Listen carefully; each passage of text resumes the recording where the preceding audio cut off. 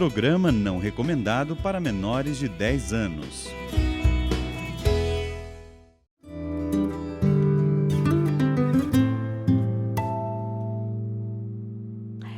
Programa Mais Saúde, nessa série maravilhosa para encerrar o ano com chave de ouro. E hoje o tema vai ser o medo.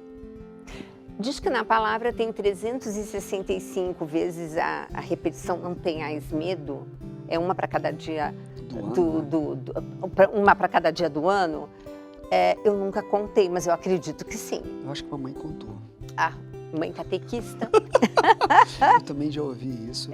E eu vou dizer uma coisa. A gente vai começar já dentro disso. Você acha que por que foi repetido não tenhais medo 365 vezes? O medo, ele é uma coisa que eu vou te perguntar. O medo existe aonde, Gia? Na mente ou no coração? E o mais impressionante é, para mim, do medo, ele te paralisa. Então, eu vou te fazer essa pergunta, porque a gente viveu isso na pandemia. O medo existe aonde? Na mente ou no coração? Na mente. Na mente. O medo é uma criação mental. O primeiro ataque demoníaco ocorre nos pensamentos. Isso já é comprovado. O primeiro ataque é dentro dessa camada da alma, do intelecto, tá? O coração do homem, ele na realidade, tem alguns trechos da Bíblia que manda a gente pensar com o coração. E a gente precisa ter em mente o seguinte: algumas pessoas falam, mas o coração do homem é enganoso. Mas Paulo manda a gente se renovar a partir da transformação dos nossos pensamentos. Mas você não entende que Paulo é um cara que era Saulo e tudo que ele faz é cheio do Espírito Santo depois desse momento. Então, o que vem antes da mente é o coração a todo momento. E quando Cristo pergunta, por que tendes medo? Não tenhais medo. É exatamente para você não ser governado pela mente. Porque você só tem a paz que transcende o entendimento a partir do coração. Vixe. E dentro desse contexto, a ansiedade é exatamente um domínio mental do medo. Perfeito. Esse domínio mental do medo, ele se manifesta em 7 camadas, basicamente. Dentre elas, no livro Ansiedade, Fim da Escravidão, eu coloquei a seguinte base. Tem a estrela da morte, no qual o maior medo que a humanidade teve, a gente nunca teve cristãos que não exerceram muito a tua presença espiritual, exatamente por isso. Porque cristão não tem medo da morte. Milhões de cristãos no mundo hoje têm medo da morte. Porque não são guiados pelo Espírito. Existem cristãos hoje que estão morrendo para não negar o Espírito Santo. Até hoje, tá? Existem. Que estão morrendo hoje para não ficar escondido, para inúmeros contextos. E o confronto real sempre foi com o medo, que é uma cortina de fumaça e ilusão. Porque o medo é uma mentira. Sempre foi. Eu costumo dizer, se o inimigo tivesse, o tentador tivesse um filho, seria o medo. Olha. Sim. Porque a partir do medo eu paraliso tudo que há de sagrado. Quando eu pego uma semente, antes mesmo, imagina que nós fôssemos uma manga. E uma frase que eu ouço muito das pessoas é: eu estou destruído. Eu estou só o caroço. Já acabaram comigo, eu era uma fruta linda, viçosa. E agora me usaram, abusaram, sofri isso, aquilo, não restou mais nada de mim, eu só tenho medo.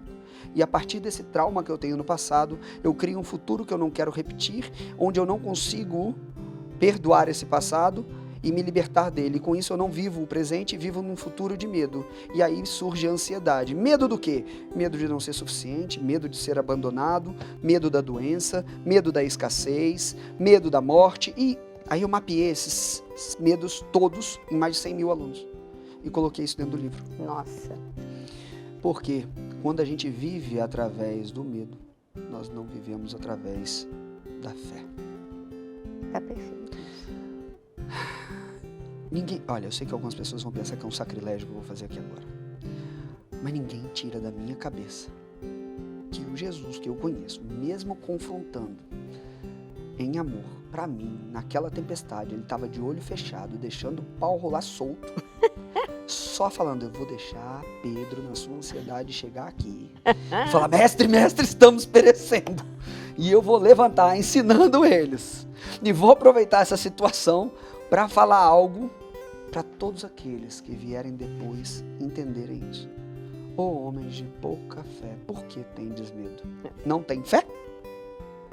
Ou seja, aí é um recado muito sério para todo cristão.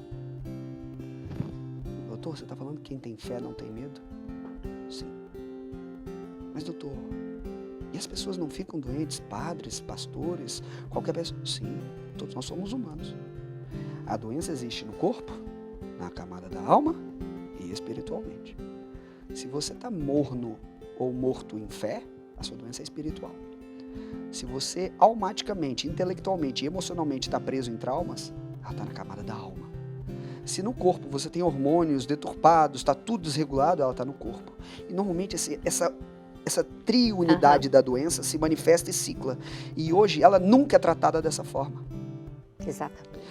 E sempre que eu perguntei, eu não sei, aí vai vir com você, porque você também clinica e vê isso. E eu vejo isso através dos meus seguidores, meus alunos, eles falam assim, sempre que eu pergunto para algum depressivo ou ansioso, quem foi curado de depressão ansiosa, ele fala, graças a Deus fui eu. Ele nunca fala, graças ao médico, graças ao meu psicólogo, ele fala, graças a Deus eu fui curado. Porque ele fala que quem cura ele é Deus. Então a base do tratamento dele é a fé, independente de qual seja a religião. Ele faz a parte dele virtuosamente, ao se afastar de vícios comportamentais, alimentares, almáticos, em todos os contextos, em história, como todos os santos tiveram nas suas conversões. Mas quando a gente sai do ciclo do medo, para deixar que a esperança se manifeste, a esperança de Pedro é, vou acordar o mestre para o mestre resolver. Aí o que o mestre faz? Primeiro ele desceu o sarrafo, mais uma vez em Pedro. Jesus foi o maior confrontador em amor que existiu. Por isso que o brasileiro jamais deve se curvar diante de qualquer situação, a não ser que sinta a presença de Deus. Opa! Jamais. Lindo. A gente nunca deve se curvar diante de nada. O cristão não se curva diante de nada, a não ser que sinta a presença da Santíssima Trindade ali. Perfeito. Nunca. Por isso que o cristão é temido no mundo inteiro, porque ele é imprevisível. E sempre será. Um cristão verdadeiramente, ele sempre será dessa forma. E aí, quando a gente emana esse poder, que não é nosso, e flui através de nós pelo Espírito Santo, você se torna imparável. E você não fica parado diante do medo. Porque o medo, quando a gente pensa, essa presença, quando a gente fala assim, olha, eu fiz essa pergunta para um padre, uma vez estava visitando, eu não vou falar o padre, ele estava lá em casa com a gente, falei, Deus muda a sua identidade, Gi? Ele pode mudar a identidade dele? Ele muda, não. Não. Deus é Deus, não é? Exato. Ele, na pericorese, ele se manifesta como ele quer. Deus Pai, Deus Filho ou Espírito Santo, concorda? Concordo. Mas tem horas que na pericorese quem tem que se manifestar é o Senhor dos Exércitos. E aí você vai cair para dentro. Tem horas que quem vai manifestar é o Espírito Santo. E aí você vai se manifestar como ele quiser. Tem horas que quem vai se manifestar é Cristo. E você vai se manifestar como ele quiser. Por isso que quando São Francisco fala que a gente tem que morrer para viver, é isso. Para que Deus se manifeste através de nós, da maneira que Ele quer, para que nós sejamos a voz de Deus, as mãos de Deus, o pé de Deus nessa terra, e que a gente seja a geração que Ele sempre quis, para vivificar o que tem que ser vivificado nessa existência. Então, quando a gente fala o ato de esperança, saiu um artigo científico que eu estou usando no meu doutorado, foi uma pesquisa agora de 2022, que usou a valência de motivação humana, ou seja, o que move o ser humano para se transformar e entrar em ação na pandemia.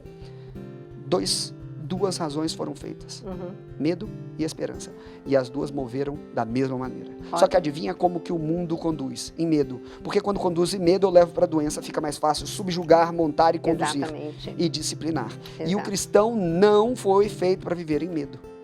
E era o que mais acontecia quando ficava vendo TV e não estava ficando vendo canção nova.